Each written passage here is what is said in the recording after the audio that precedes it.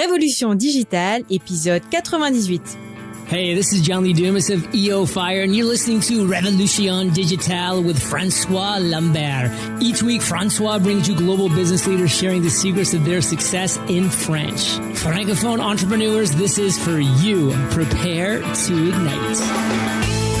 Bâtisseurs et bâtisseuses de la nouvelle économie, bien le bonjour. Ici François-Paul Lambert, bienvenue sur Révolution Digitale. Cette saison, nous diffusons depuis l'Australie. Et si c'est la première fois que vous nous écoutez, je m'entretiens chaque semaine avec des entrepreneurs et entrepreneurs inspirantes partout à travers le monde. Nous parlons de leur aventure entrepreneuriale, de comment ils et elles ont lancé leur business et les leçons tirées de leurs échecs. Si vous êtes à la recherche de sens dans votre travail, si vous vous dites « Je ne veux pas juste être le maillon d'une chaîne, je veux être indépendant et faire une différence », vous êtes au bon endroit. La vie est trop courte pour la passer à être malheureux dans son travail. Vous avez en vous énormément à offrir. Et avec Révolution Digitale, nous allons non seulement vous donner de l'inspiration, mais aussi des outils et des recommandations concrètes que vous pourrez mettre en œuvre chaque semaine pour faire ce que vous avez toujours vraiment voulu faire et travailler pour votre rêve, pas celui de quelqu'un d'autre. Alors si ce n'est déjà fait, n'oubliez pas de vous abonner gratuitement au podcast sur votre plateforme préférée pour recevoir directement chaque nouvel épisode. Vous êtes la tribu digitale. C'est parti. Notre invité du jour est entrepreneur sur Internet depuis 2006. Auteur et conférencier, il a créé plusieurs business en ligne dans le développement personnel, les relations avec les médias et l'entrepreneuriat. Ses activités en ligne ont dépassé le 1 million d'euros de ventes en 2018. Elles lui permettent de vivre confortablement et d'être libre. Avec, comme il dit, pas de patron sur le dos, pas de réveil le matin et pas d'angoisse pour la retraite.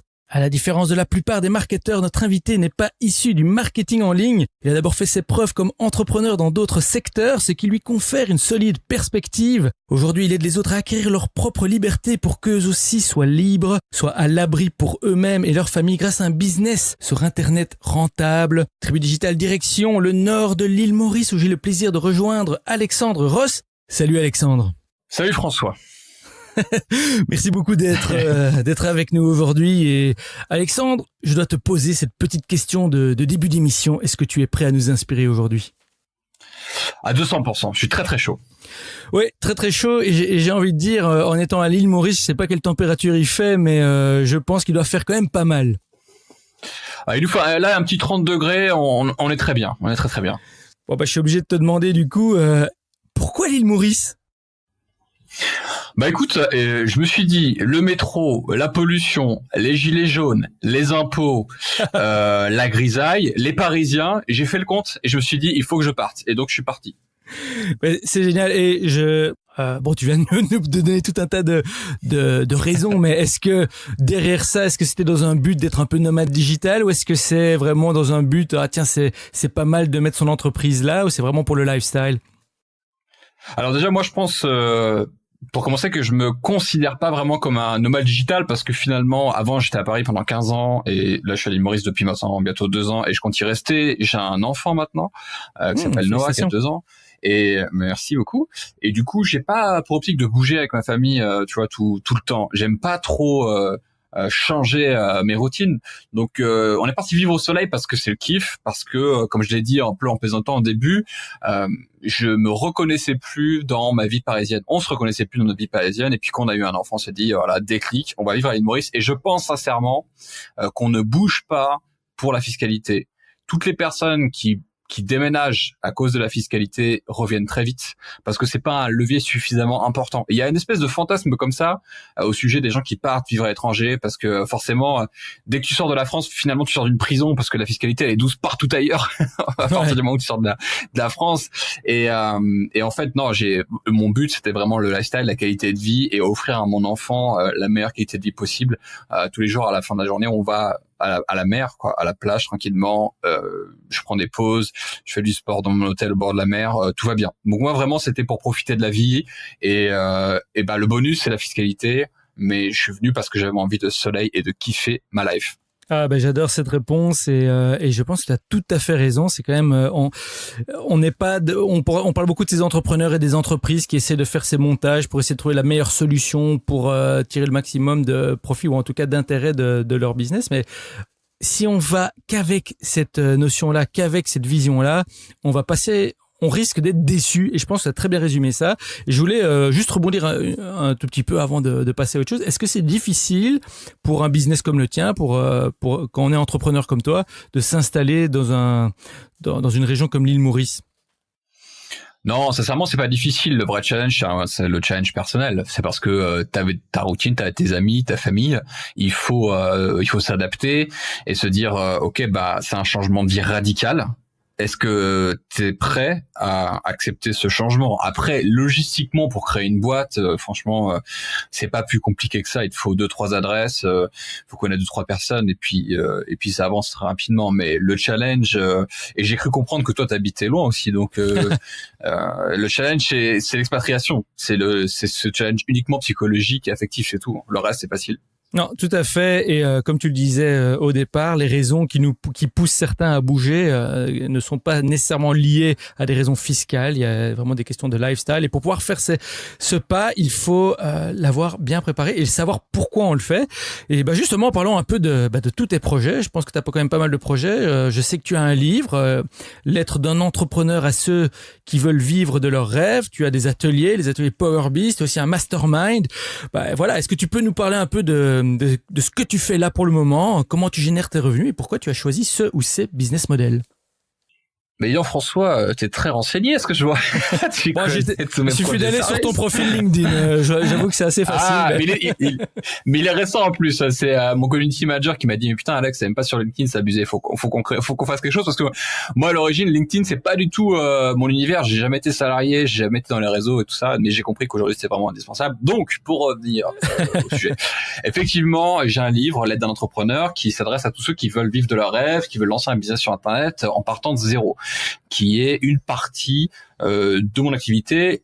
Moi, j'aime dire que mon job, c'est d'offrir de la liberté. D'une part, à ceux qu'on aura le cul de leur situation et qui veulent créer un business et être libre, et d'autre part, pour les entrepreneurs qui sont un peu créés une prison autour de leur business parce qu'ils n'ont pas su mettre en place les bons process d'automatisation, de délégation.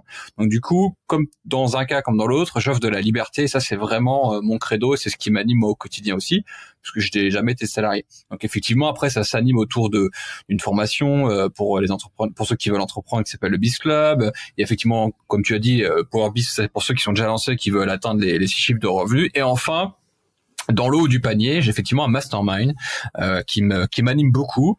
J'en suis très fier des membres qui constituent ce mastermind. On est une quinzaine, et ça c'est vraiment pour les entrepreneurs qui font au minimum 100 000 euros de chiffre d'affaires et qui veulent faire un x10, mais pas n'importe comment, surtout en économisant 50% de leur temps, parce que pour moi la métrique la plus précieuse, c'est pas l'argent, c'est le temps. Le temps qu'on peut avoir pour notre famille, pour nos amis, pour nos activités, nos passions. Ça, c'est plus important, et c'est ce qu'on va aller chercher pour ces entrepreneurs. Et puis sinon, après, j'ai YouTube, Instagram, on est partout tout le temps, on essaie de créer un maximum de contenu inspirant, comme toi, tu peux le faire avec cette super émission que tu as. Ah bah écoute, merci, je te remercie pour ces gentils mots. Mais tu m'as intrigué avec le concept de mastermind. Et bon, les réseaux d'entrepreneurs, ça a toujours un peu existé. Le concept du mastermind, c'est un concept, j'ai l'impression, qui est un peu plus anglo-saxon, qui est pas nouveau non plus, hein, mais qui fait fureur plutôt là-bas. Est-ce que tu peux pourquoi c'est important, le concept du mastermind?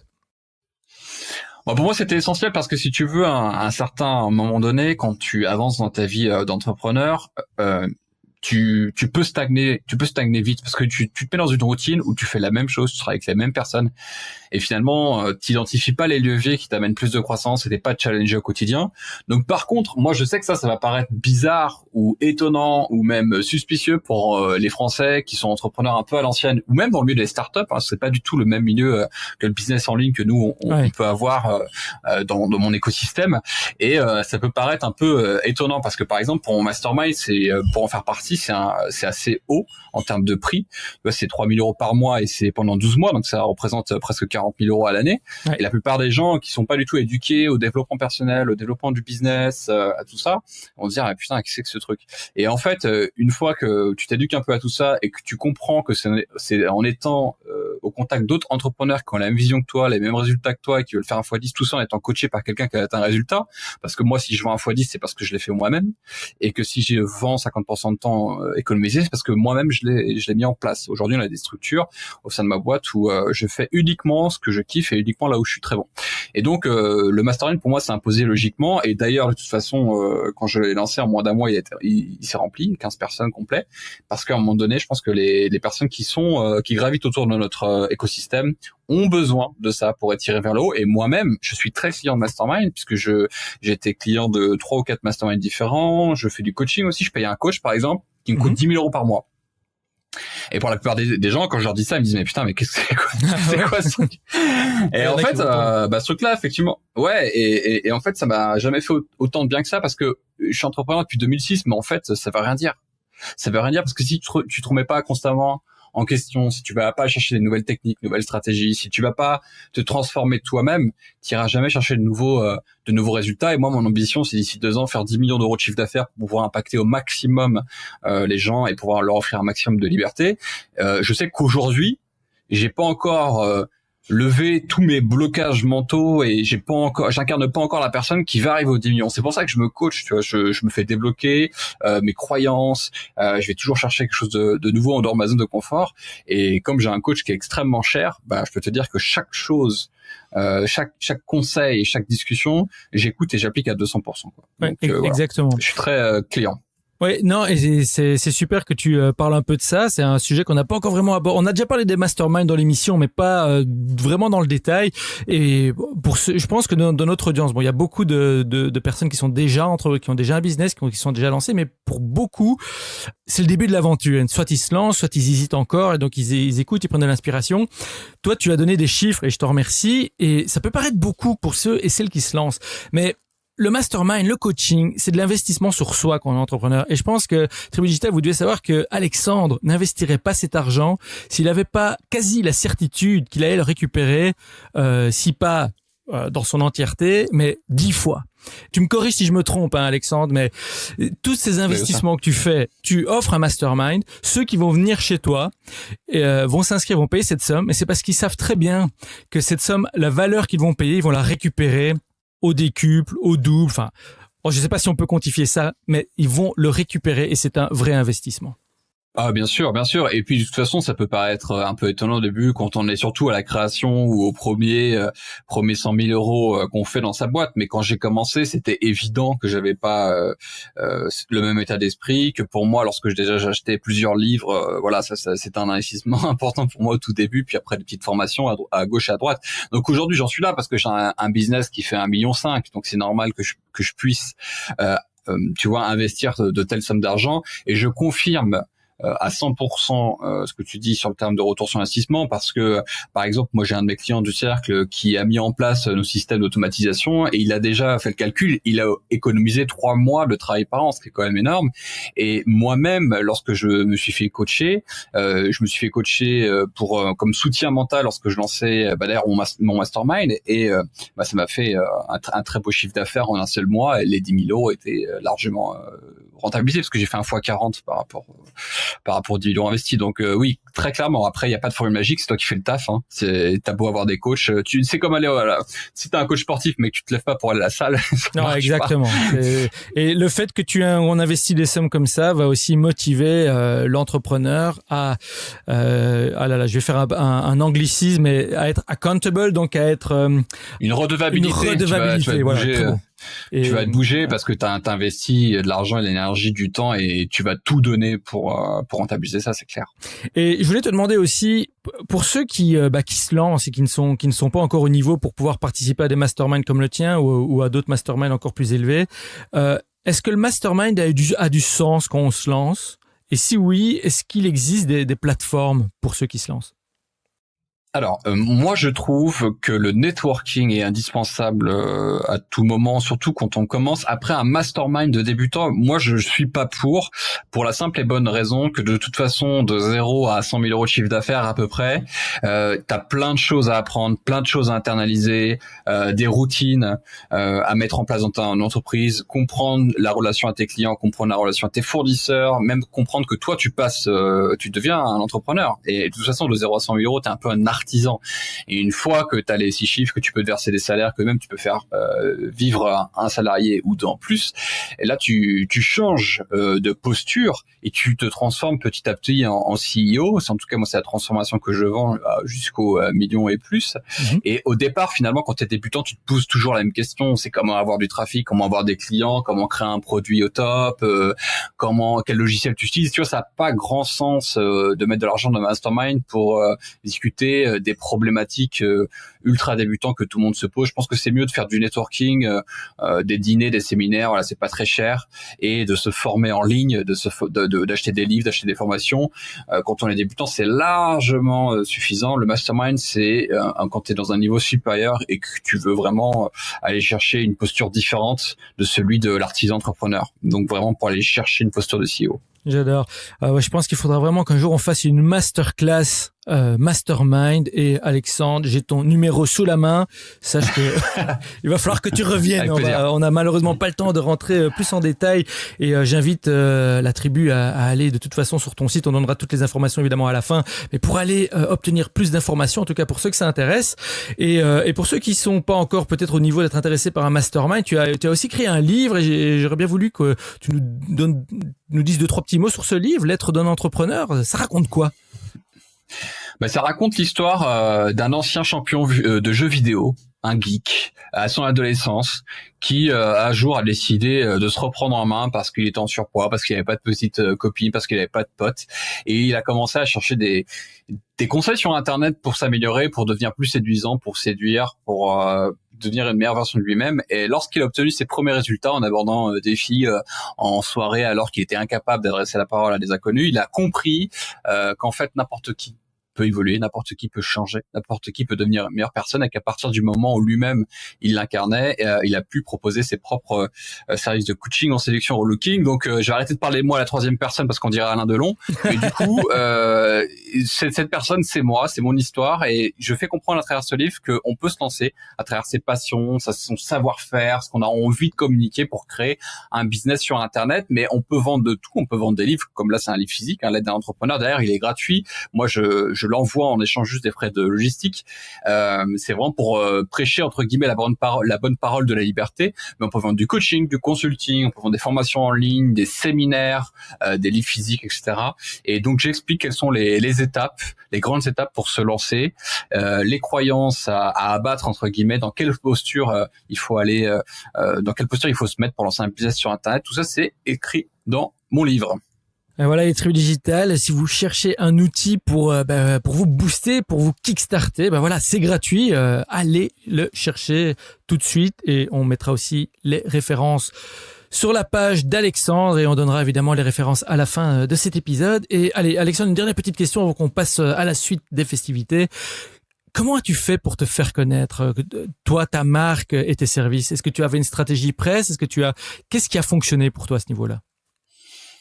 C'est une bonne question, parce que quand je me suis lancé sur Internet à l'époque, vers 2006, 2008, on était très très loin de l'importance des réseaux sociaux. C'était le début de Facebook en France. Faut se remettre dans le contexte.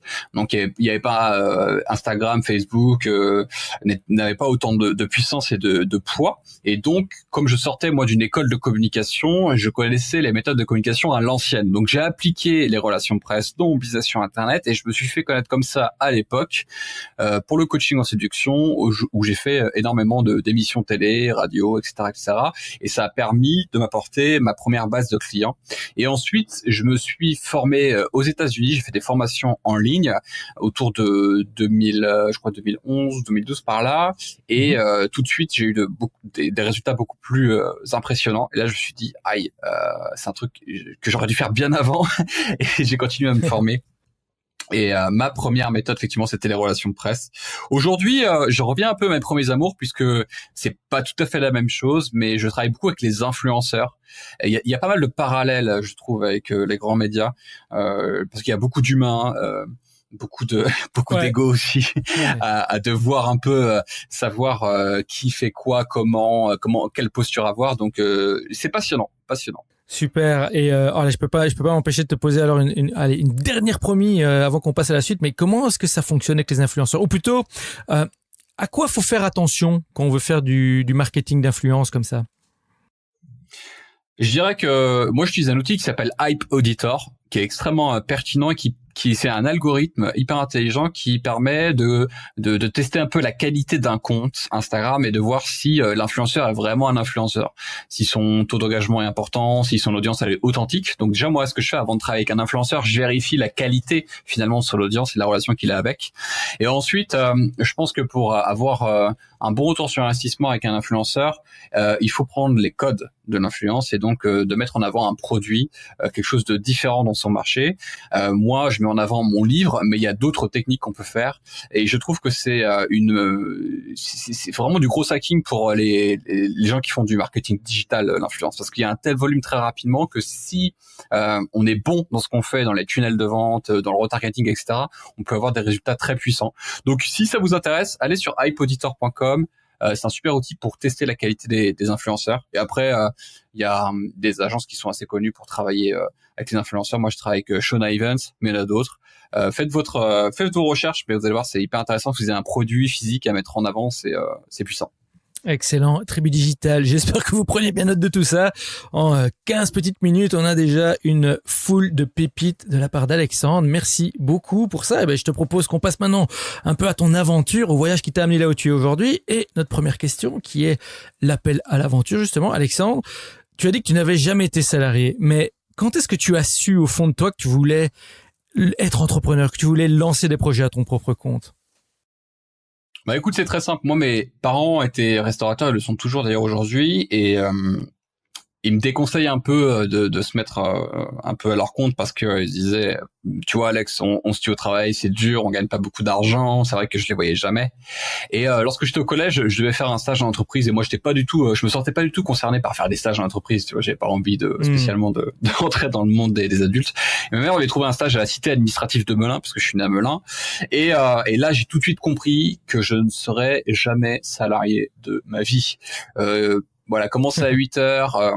Attendre les pauses café, tamponner des dossiers, vraiment les ragots à la machine à café et tout. Quand j'étais donc au collège, j'ai vite compris que ça serait pas pour moi parce que on se rendait compte que les gens qui travaillaient là-bas, ils en pouvaient plus en fait. Ça les passionnait pas du tout. Ils venaient là un peu comme des robots. Et j'étais vraiment marqué par ça. Et ensuite, lorsque je fais une école de communication, j'ai eu quelques stages et je me suis systématiquement fait virer de tous mes stages parce qu'en fait je supporte pas l'autorité. J'aime pas faire les choses, enfin j'aime faire les choses comme moi j'ai décidé de les faire et comme ça m'anime. Et tu vois, par exemple, mes journées de travail elles sont assez irrégulières. Ce matin j'étais faire du sport et puis quand je suis revenu je me suis dit tiens je vais me regarder un manga, tu vois, un animé tranquillement. Puis après j'ai répondu à ton interview et après je bosse avec l'équipe marketing. Tu vois, tu vas pas faire ça au boulot, tu vois. Au boulot tu vas pas leur dire attends, déjà ce matin je suis au sport et puis après je regarderai un épisode, tu vois, un animé. Après je reviens, je travaillerai peut-être. Donc mais c'est ce qui me met en joie, c'est ce qui me met de bonne humeur en fait, et c'est ce qui fait qu'après je suis bon dans les autres trucs parce que je me force pas à faire des trucs que j'aime pas.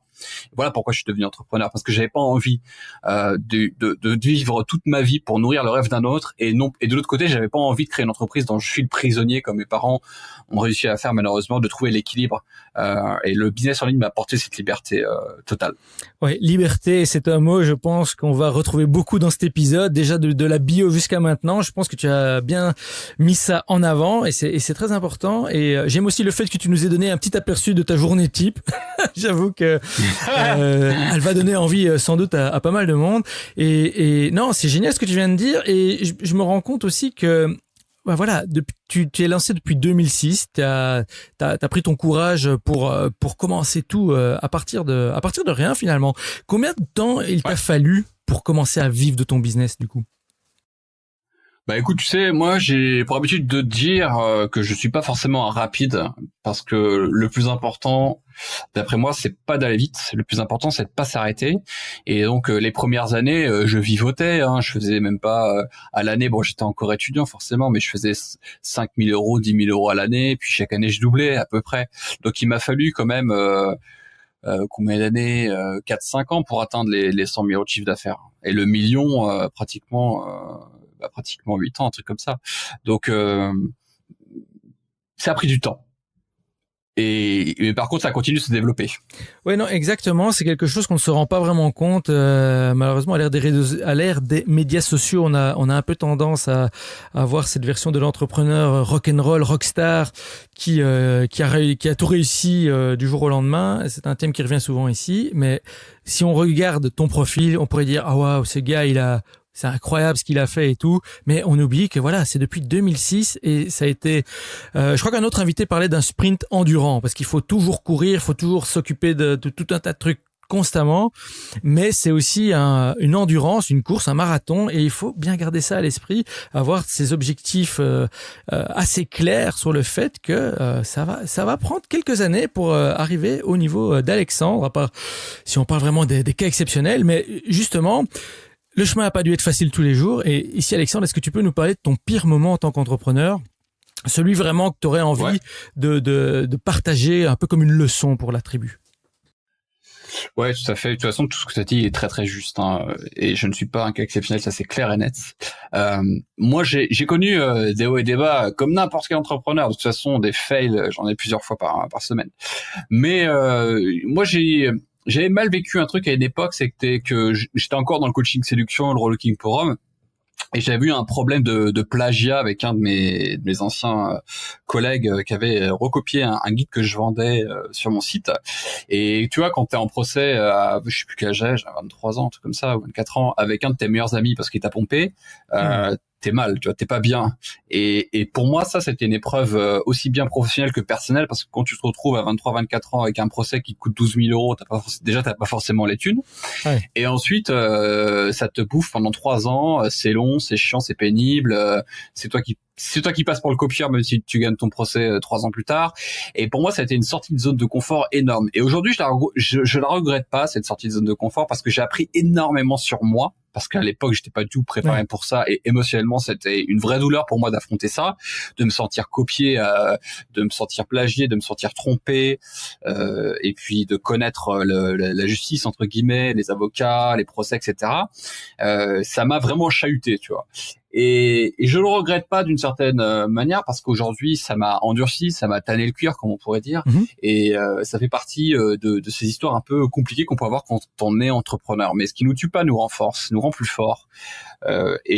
Aujourd'hui, j'ai envie de dire à tous ceux qui se lancent, oui, vous allez en chier, oui, vous allez rencontrer des situations où t'as l'impression que tu vas jamais t'en relever, et en fait systématiquement tu t'en relèves, mais ça fait partie du truc. Et j'ai envie de dire, c'est pas la destination qui importe, c'est le voyage, en fait, parce qu'il y a beaucoup de gens qui disent, mais quand je serai riche, ou quand je revendrai ma boîte, etc. Mais en fait, quand tu vas revendre ta boîte, t'iras jamais siroter un cocktail au bord de la mer, tu vas en relancer une autre direct, parce que les entrepreneurs sont comme ça, et que finalement la beauté dans le chemin et pas à l'arrivée, et ça fait partie de ce parcours. Voilà, ce n'est pas la destination qui importe, c'est le voyage. C'est vraiment très bien dit. Merci Alexandre. Et alors ici, si tu pouvais résumer la leçon clé que tu as retirée de ton expérience entrepreneuriale jusqu'à maintenant, qu'est-ce que ce serait ?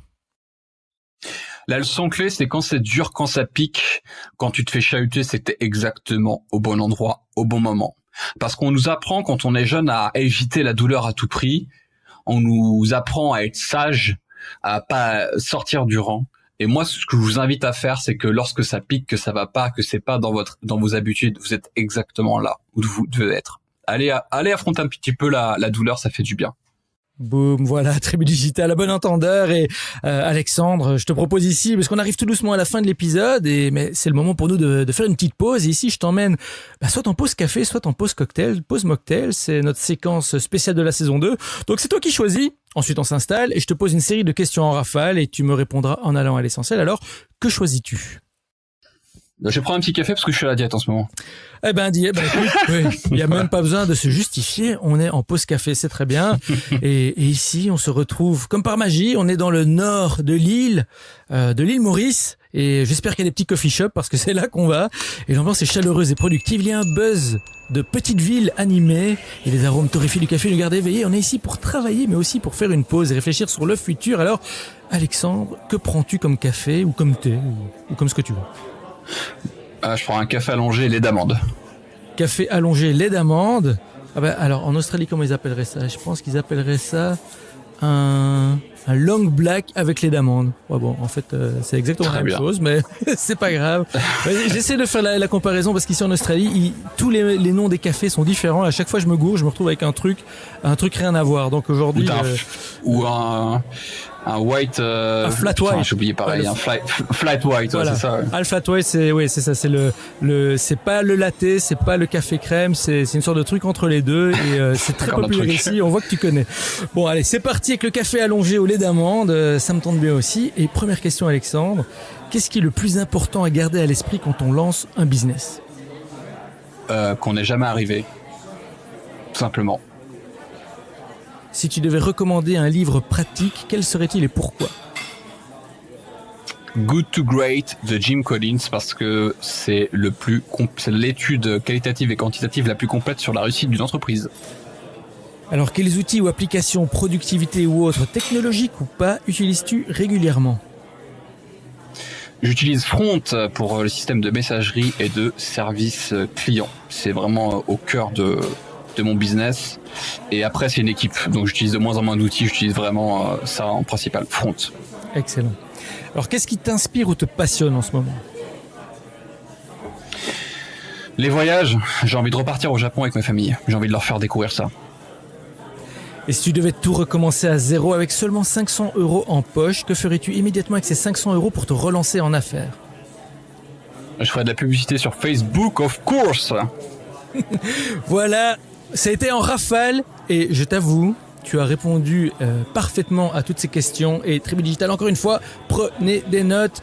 Merci beaucoup Alexandre, on est arrivé à la fin de l'épisode. Merci d'avoir partagé généreusement toutes ces informations avec nous. Alors, pour le mot de la fin, que dirais-tu à nos auditeurs et auditrices de la Tribu Digital qui hésitent encore à se lancer ou qui se sentent bloqués? Si tu avais un dernier conseil à leur donner, qu'est-ce que ce serait? Je dirais un truc très simple, c'est que si demain vous deviez mourir, est-ce que vous auriez des regrets en vous disant merde, j'aurais dû me lancer, ou est-ce que non, finalement, vous avez fait tout ce que vous vouliez faire? Et si c'est la première solution, alors faut vraiment vous lancer tout de suite, maintenant. Voilà, tout est dit, Tribu Digital. Et Alexandre, vraiment encore merci du fond du cœur d'avoir partagé tout ça avec nous aujourd'hui. Alors, avant qu'on se quitte, dis-nous comment on peut rester en contact avec toi sur les réseaux sociaux ou ailleurs. Et si tu as une annonce à faire, la Tribu Digital t'écoute. Écoute, déjà, merci infiniment à toi. C'était un vrai plaisir. Et pour me retrouver, il suffit de taper Alexandre Ross sur YouTube, sur Google, sur LinkedIn, sur Instagram. Vous allez trouver. Et puis, n'hésitez pas à justement vous faire envoyer le livre L'aide d'un entrepreneur. Je vous l'enverrai avec plaisir. Et surtout, merci à toi. Et je voudrais vraiment dire que tu as un super show sur Révolution Digitale, c'est vraiment top. Donc voilà, vous êtes au bon endroit les amis, merci encore. Merci beaucoup Alexandre pour ça. Tribu Digital, vous venez d'entendre Alexandre Ross partager avec vous son expérience et ses conseils. C'est à vous de jouer maintenant, alors rejoignez-nous sur révolutiondigitale.fr et tapez Alexandre dans la barre de recherche. Vous aurez accès à sa page dédiée avec toutes les informations et les références dont nous avons parlé aujourd'hui.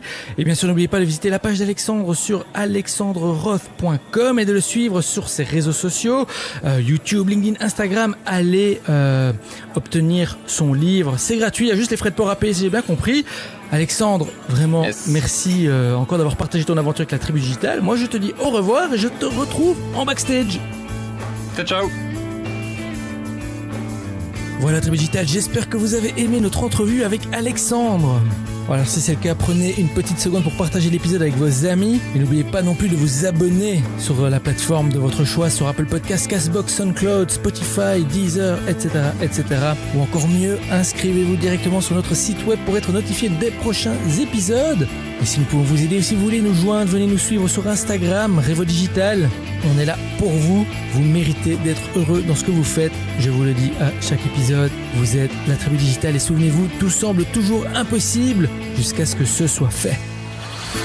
Thank you for listening to our guest stories this week. Merci et n'oubliez pas de vous inscrire à notre newsletter pour encore plus de conseils qui vous aident à réussir. We hope you're inspired and ready to move forward with your entrepreneurial dream. À bientôt pour un prochain épisode de Révolution Digitale. Stay inspired!